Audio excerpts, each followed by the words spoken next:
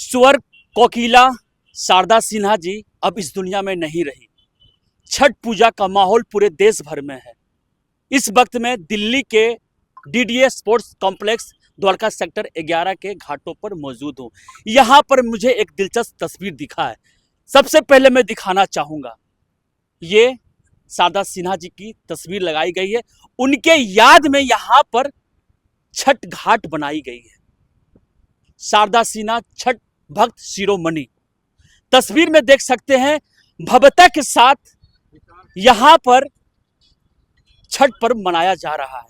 इस वक्त हमारे साथ जुड़े हुए हैं रोबिन शर्मा जी, इनसे बात करते हैं आखिर आप ये जो घाट समर्पित किए हैं क्यों किए हैं। देखिए, माँ शारदा सिन्हा जो हैं, उन्होंने छठ पूजा को एक पूरे विश्व भर में फैलाने का कार्य किया अपने स्वर के माध्यम से। स्वर कोकिला उन्हें कहा जाता था, लोकप्रिय लोक गायिका थी बिहार की। और छठ पूजा उनके गीतों के बिना अधूरा है, कभी पूर्ण नहीं हो सकता, किसी घाट पे पूर्ण नहीं हो सकता। जब तक शारदा सिन्हा जी के गीत, छठ के गीत ना सुनाई दें, तब तक छठ पूजा नहीं हो सकती थी। इसीलिए हम सबको बहुत दुख था। हम लोग भी उनसे प्रेरित होकर उनके गीतों को सुन के हम लोग लगातार, मैं तो निरंतर 1997 से लेके अब तक 2024 आ गया, 27 साल हो गए मुझको इस तरह के छठ पूजा के आयोजन में विभिन्न स्थानों पे करता रहा। लेकिन मेरी जो प्रेरणा स्रोत थी ना, वो शारदा सिन्हा जी थी। दिल से उनका सम्मान है, इसीलिए हमने ये घाट जो है माँ शारदा सिन्हा के नाम पे रखा है। आपने अनेकों घाट बना रखा है, खास क्या है? देखिए, अनेक घाट हैं, वो इसीलिए कि भीड़ बहुत होती है। अलग अलग घाटों पे जब लोग जाके पूजा करते हैं तो भीड़ जो है वो फैल जाता है, एक जगह कंसंट्रेट नहीं करता, जिससे हादसा होने की संभावनाएं बहुत ज़्यादा घट जाती हैं। इन सभी घाटों के अलग अलग नाम रखे गए हैं। पूर्वांचल का जो इतिहास है वो आज की जनरेशन को बताने का एक प्रयास हम लोगों ने घाटों के नाम से करने का प्रयास किया है। जैसे आप देखेंगे कि हमारे सामने 27 नंबर घाट है, इसका नाम है महाबोधि घाट। सामने अहिल्या जी के नाम पे, देवी अहिल्या के नाम पे, जिनको राम जी ने ही तार दिया था, पत्थर की अहिल्या थी उसको राम जी ने तारा, उनके नाम पे ये घाट है। आगे राम मंदिर को डेडिकेट किया है हम लोगों ने एक घाट, उसका नाम सरयू घाट रखा गया। फिर जो हमारे स्वतंत्रता सेनानी हुए बाबू वीर कुंवर सिंह जी, उनके नाम पर भी घाट है। सीता माता जी का जो जन्म स्थान है सीतामढ़ी, उनके नाम पर भी घाट है। ऐसे करके बहुत सारे, नालंदा, गया, चाणक्य, कौटिल्य, फिर जो बिहार में और पूर्वी यूपी में जो नदियां बहती हैं, गंगा, कोसी, ये सारे नदियों के नाम पर भी यहाँ पे घाट आपको मिलेगा। ये सब के करने से हमारा मुख्य प्रयोजन ये था कि जो आज की जनरेशन है, जो अपनी संस्कृति को और अपने इतिहास को भूलती जा रही है, उनको कम से कम छठ वाले दिन एक जगह हजारों लोगों को बुला के ये स्मरण करा देना कि ये हमारा गौरवशाली इतिहास था। सम्राट अशोक के नाम पे घाट है। आज जब सनातन की बात की जा रही है तो हम सब लोग को ये बोध होना चाहिए कि सम्राट अशोक ने मगध से लेके कंधार अफगानिस्तान तक अपनी सीमा का विस्तार किया था, हम वहां तक राज करते रहे थे, और आज सनातन कहां से कहां सिमटता हुआ आ गया है। मुझे ये जानना है कि आपने ये जो भव्य कार्यक्रम किया, पूजा का आयोजन किया, आर्थिक सहयोग क्या आपको दिल्ली सरकार से मिली है? दिल्ली सरकार से हम लेते ही नहीं। क्यों? क्यों? उसका एक कारण बताऊं मैं आपको। जी बताएं। सूर्य देव का जो भक्त होगा वो कभी भी याचक नहीं होगा, वो देने वाला होगा। लेकिन सर, हम सूर्य देव के लेकिन भक्त हैं, हम दिल्ली याचना सरकार नहीं कर सकते। छठ घाटों के लिए फंड बना के रखे हुए, फंड देती है। तो वो फंड का फंडा जब खुलेगा तो केजरीवाल और उनके सारे मंत्री जेल में भी जाएंगे, और मैं सीबीआई जांच अगर करवा दे मोदी जी या लेफ्टिनेंट गवर्नर वीके सक्सेना, पिछले 10 सालों में फंड का फंडा खुल जाएगा। यानी आप कहते हैं कि आप मानते भी हैं कि छठ घाटों को लेकर यहाँ पर भ्रष्टाचार हो रहा है? 100%। और मैंने तो इसकी शिकायत भी दर्ज कराई है। हम नहीं पड़ते इस फंड के फंडे में। हमारे पास भगवान ने हम लोग को सबल बनाया है। हम लोग का जो पैसा अगर हम लोग को यहाँ पर सरकार देना चाहे, हमको ना दे भाई, जिसको देना उसको दे दे। जी आप बताएं, इस कार्यक्रम को लेकर क्या कहना चाहते हैं आप? हम लोग ये कार्यक्रम 21 वर्षों से कर रहे हैं। रॉबिन भाई ने तकरीबन सभी बातें आपको से कही हैं, और हमारा एक मुख्य कारण रहता है कि क्योंकि ये शुद्धता का त्यौहार है, आस्था का पर्व है, महापर्व है, और न केवल दिल्ली बल्कि देश भर और विदेश में भी इसको मनाया जाता है। हमारा प्रयास रहता है कि जो आने वाली पीढ़ी है या दिल्ली में और जाति संप्रदाय समाज के लोग जो रहने वाले लोग हैं वो लोग भी समझें कि ये केवल एक त्यौहार नहीं है, ये इसमें इतनी आस्था, इसकी इतनी मान्यता है, इसको कैसे मनाना चाहिए, क्या संस्कृति होनी चाहिए। कई बार आपने देखा होगा कई जगह छठ का जो कार्यक्रम होता है उसमें बड़ा फूहड़ डांस वगैरह सब रहता है। हमारा प्रयास रहता है कि हम केवल पूजा का कार्यक्रम करें। हम उस जो ये माई का व्रत रखते हैं या जो सूर्य की आराधना करते हैं लोग, वो यहाँ आकर के पूजा करें।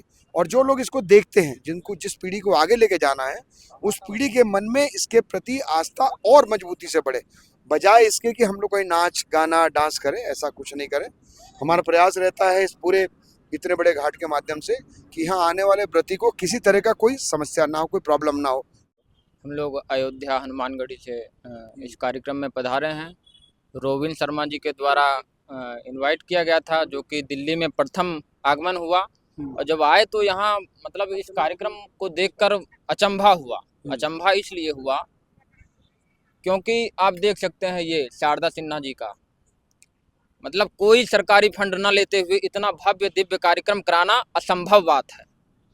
आजकल एक छोटा भी कोई कार्यक्रम कराता है तो वो सरकारी फंड कि हमें सरकारी फंड लेना चाहता है, लेकिन रोबिन शर्मा जी ऐसे भक्त हैं जो कि कहते हैं कि ठुकरा दे रहे हैं कि हमें नहीं चाहिए कोई फंड, हम जो है जो भी यथाशक्ति है मैं कार्यक्रम कराऊंगा।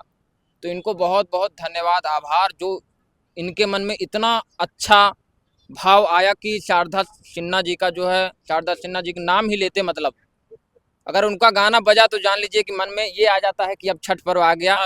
हम कहीं भी विदेशों में भी रहें तो हम अपने घर पे जाएं।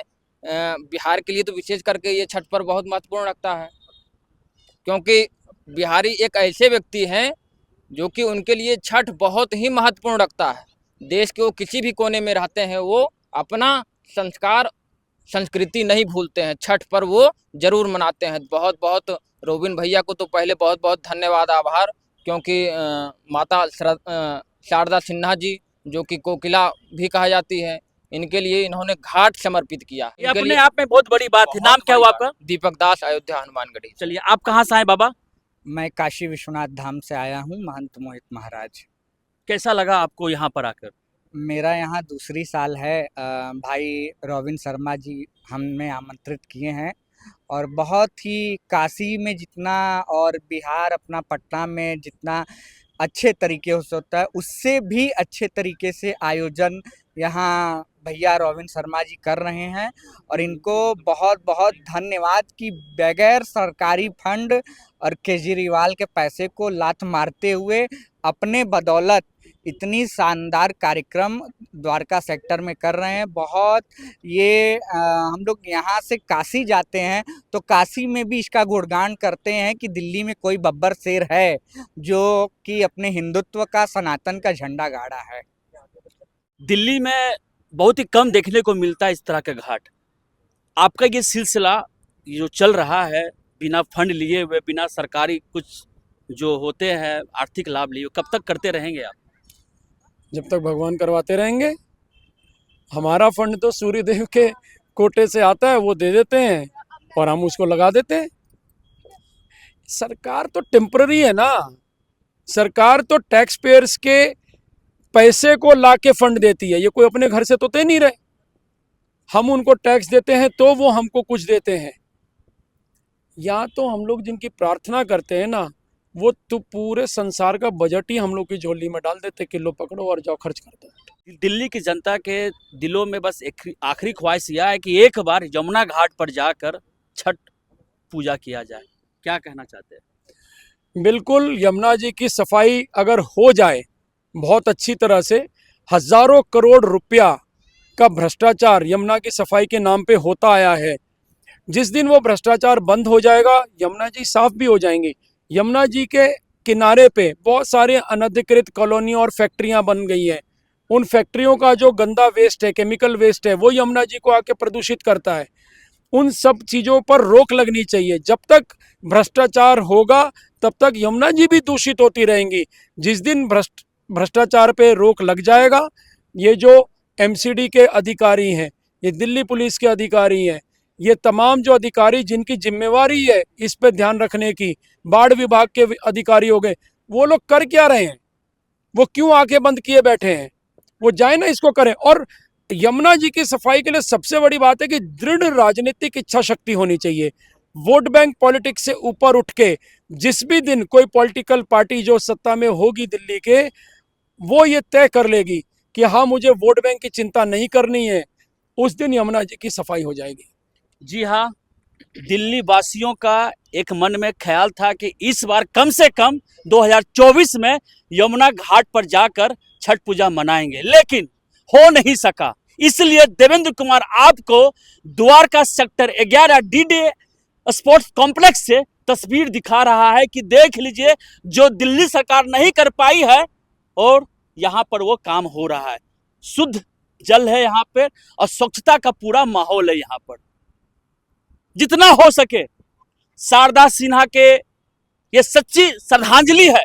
मैं चाहता हूं जितना हो सके इस खबर को पूरे देश में जरूर शेयर करें और बताएं कि दिल्ली में एक ऐसा घाट है जो स्वर्ग कोकिला शारदा सिन्हा जी को समर्पित कर दी गई है। प्लीज शेयर करें। धन्यवाद। हमसे जुड़े रहने के लिए हमारे YouTube चैनल को सब्सक्राइब करें और नई वीडियो की नोटिफिकेशन के लिए बेल आइकॉन को दबाएं। अगर आप ये वीडियो Facebook पर देख रहे हैं तो लाइक जरूर करें और ज्यादा से ज्यादा शेयर करें। धन्यवाद।